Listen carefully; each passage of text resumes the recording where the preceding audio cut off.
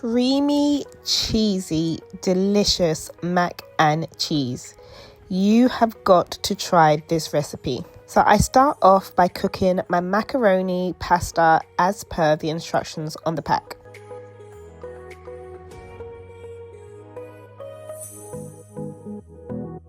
Then I start to prep what will end up forming the base of my mac and cheese.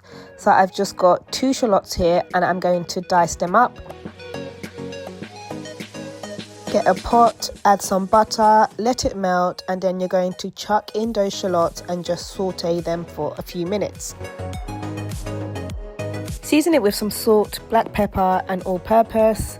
And then you want to add 2 cups of milk and season further with some paprika, all-purpose and garlic granules.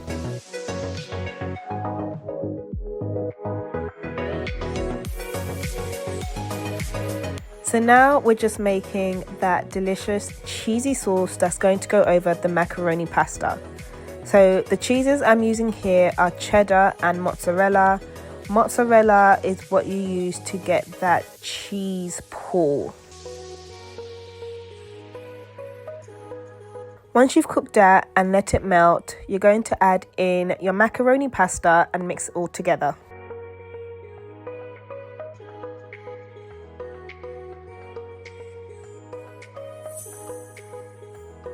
Take this away, pop it in a baking tray and make sure it's all spread equally, and then you're going to top it with lots more mozzarella, cheddar and any other type of grated cheese that you want until it's completely covered.